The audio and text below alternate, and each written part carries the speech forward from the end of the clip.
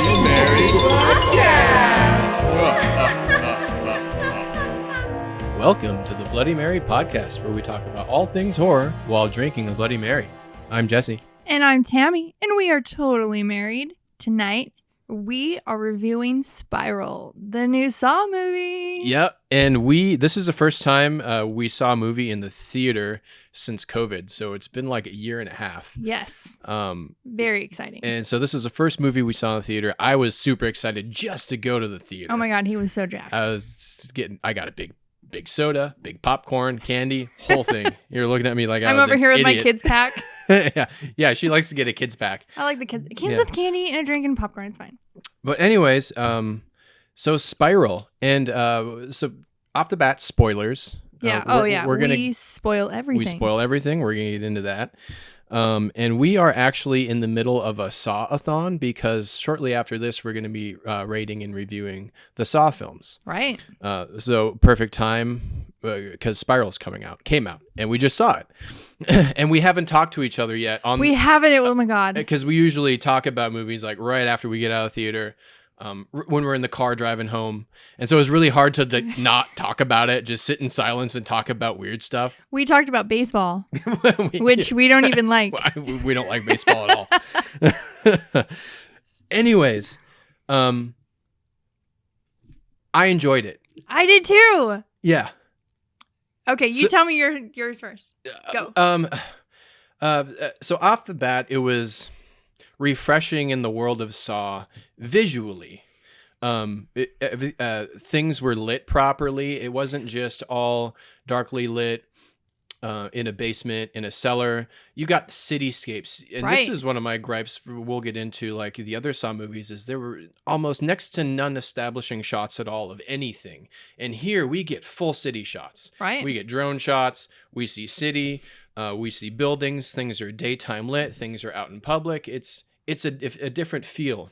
Mm-hmm. And they do have like the Saw moments in lighting when there's some traps involved and when you're in those kind of places, but just visually it was refreshing for me. It was refreshing. And again, we'll talk about this later, but we were both like, oh God. Yeah. What are we? Because we just got done watching like the last batch of the Saw films, and a lot of those just aren't that good. No, they're not. And so we were both excited, but also like low expectations for oh my sure God, going way low in. expectations. Yeah. I liked that it wasn't a lot of it. The other ones are like all focused on the traps. Yeah.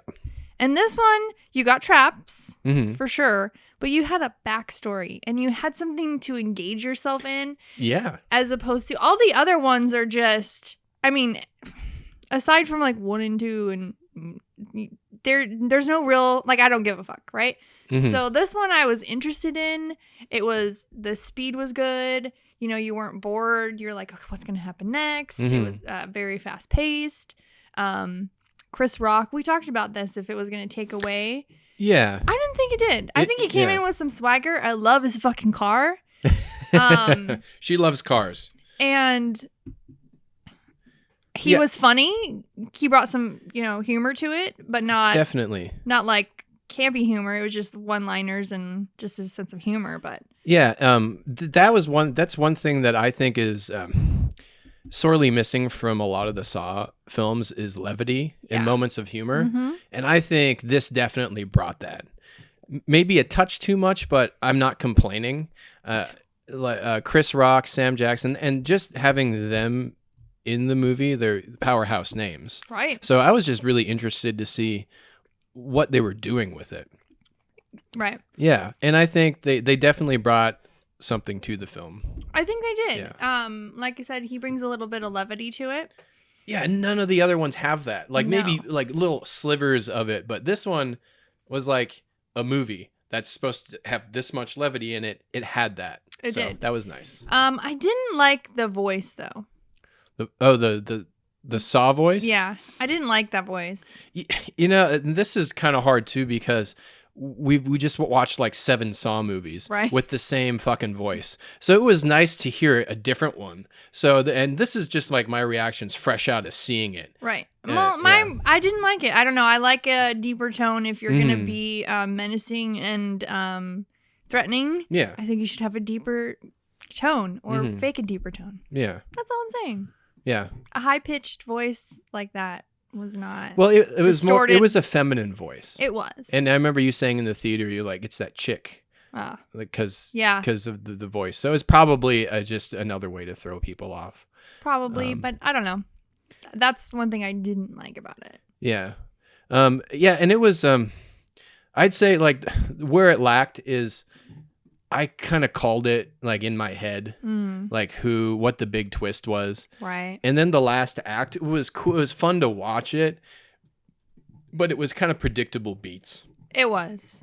Like it was his brand new partner is the killer. Right. Spoiler. Well, we already said we're spoiling shit. And there is like the moment early in the film where he's showing a picture of his family. Oh, yeah, because you asked, is there actually a wife and a son? Yeah, well, and then he's on the phone with them and you hear cries, but you don't actually see a baby or anything like that. So that's kind of, I was like, okay, it's probably him. Right. Yeah, and then when there's that moment where you think it's that partner's dead body, Well, I quickly pieced together that it's the homeless person missing, the meth guy. Oh, That's just his body. Right. Yeah. But aside from like, I think the ending was predictable. There was that really, I liked how Sam Jackson was the puppet at the end. Yeah.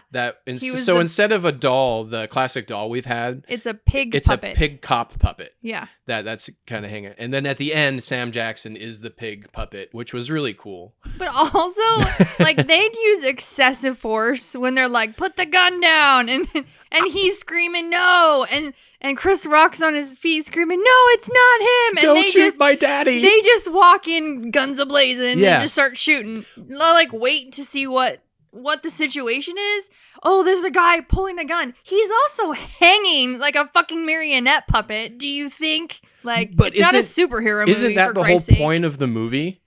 That the cops would come in guns blazing, because the whole True. movie is the police are corrupt. Yeah, and that's so then the guy cleaning would up. know that the cops are. You just said it. Shoot first, ask questions later, and that's what they did through like the whole movie. So yeah, it makes sense. I guess so. I was like, oh my god. Yeah, but in the world not in that movie, yes. In the world, like you walk, but even then, like you walk in and there's a guy hanging from the ceiling with a gun in his hand. Sure, but let's look at what you're seeing here. Yeah. It's not our superhero movie. He's not some guy, you know. Yeah. But he was backlit. That's why they blasted the True. lights so the cops can't really see it. Yeah. Anyways, let's talk about the traps. Okay. I thought the traps were pretty fun, and I thought there's some pretty brutal ones in there. I like how they didn't linger on the traps like you're saying. Yeah, it was not super. All the other ones, not all the other ones, but towards the end, it was all like traps, Yeah. a little bit of story, traps. Well, this a little bit movie, of it's story. more about the cops on the case, like Right. kind of like Seven, how you catch the aftermath and you get some flashes of traps, and then it ramps up towards the end where it's all traps. But the one trap that really got me was the police chief when she was on the. Oh yeah. Her trap was she's laying down on a board and there's this big blade on her neck, and the only way she can get out is if she pushes back and severs her spinal cord and she can never walk again, or hot wax falls on her face and then she dies. Right. She chose the hot wax. Yeah. What would you choose? Well, I would think I would try to live through all of these things. Yeah. Like that's like the one thing through all these Saw films, and it's in Spiral too, is these people don't try quick enough or hard enough to get out. But then I've never been in that situation, and I don't know, you would probably freak out like they do for a few seconds or a minute and not try to do the thing it is. Like the first guy, he had to jump off this thing and his tongue rip would his get tongue out, yeah. pulled out, but he'd live. Or you get smashed by a fucking train. I feel like I'd jump. I'd fucking jump. I don't need my know? tongue. I mean, I love to talk. Don't get me wrong. It but still might kill you because, but the I'd other take that one, chance. the guy who had his fingers, Oh, the finger one? there's this finger trap where the that guy one was my favorite one. had his actually. fingers hooked up to something and then he had to bite down and they would rip his fingers off and he'd live. right? So you're only missing your fingers or your hands at the most because it's pretty brutal. Oh yeah, that But one was still, like he was trying, but I guess he didn't do it fast enough. Yeah, I think he was like a couple fingers short. Yeah. Ba-doom. She's good at the jokes.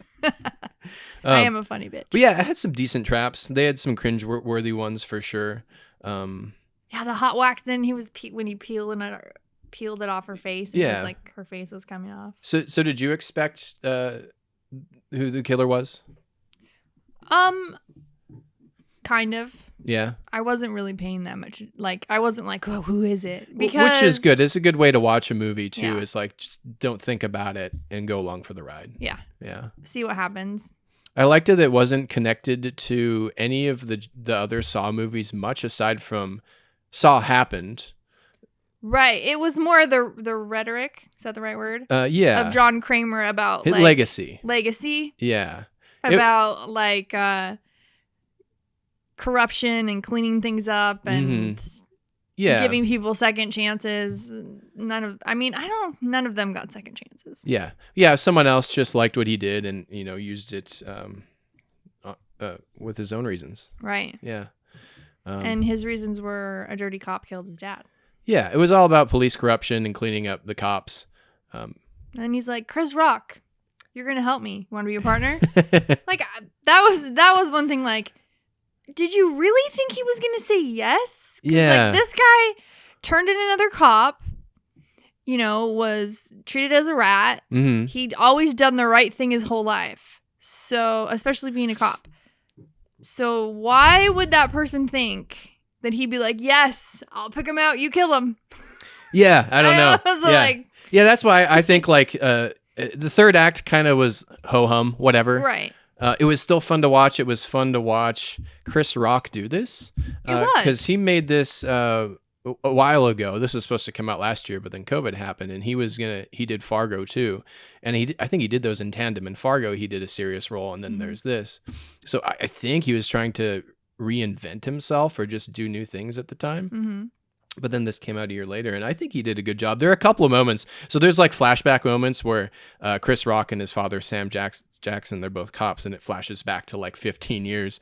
And I swear to God, Sam Jackson's mustache is so fake. Oh. Like I could see the lines. Oh, yeah. Like they just had to like quickly, they're like on set, they're like, did anyone bring a mustache? Like, oh, fuck. It's supposed to be 15 years earlier. God damn it, we need Someone a mustache. Go to the store. And like one PA is like, oh my God, I gotta find a mustache for Sam Jackson. Somebody help me. Like that's how that got on his face. I guarantee that's how that played out. Or someone in the makeup department just dropped the ball. Or they're like, just going through their kit, like, I got this one.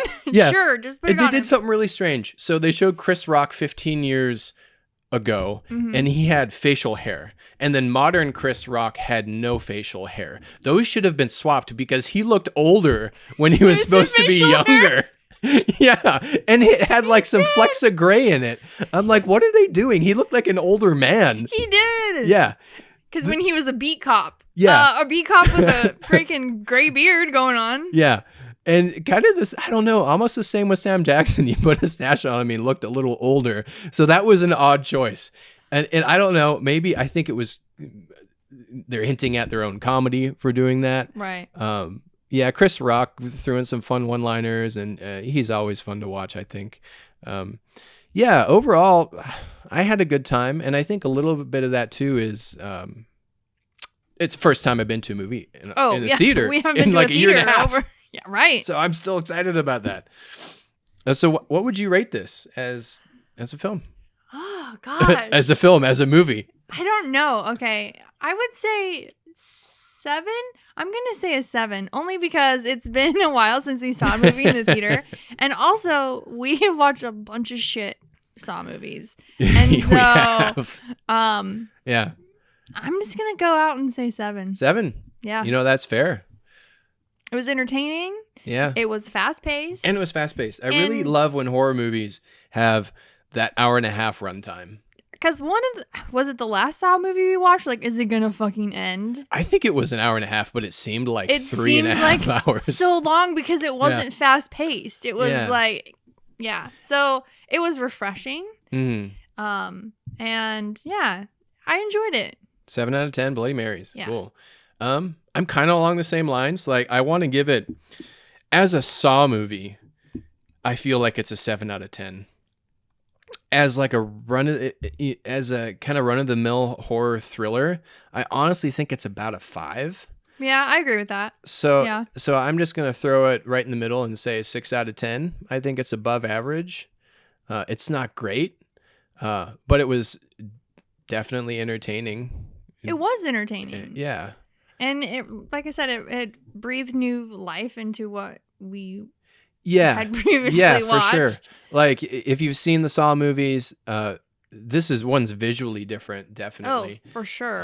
And there's more character development. There's better acting. Oh, I forget to talk about the other guy. I don't know his name. He's a younger actor. He's in Handmaid's Tale, but he plays. Oh, that's right. Yeah. I know, only because I looked up once when you were watching it. Yeah. But he plays Chris Rock's partner in this. He's a good actor. I want to see him do a lot more things, and I think he will. But I think he did a good job. He did do a good job. For sure. And I wonder, I'm curious if they're going to make more, because I think the official title of this is Spiral from the Book of Saw. So I wonder if they're going to continue with this storyline, like Spiral 2. Right. I don't know. I don't think. Well, he got away. Yeah. So he did.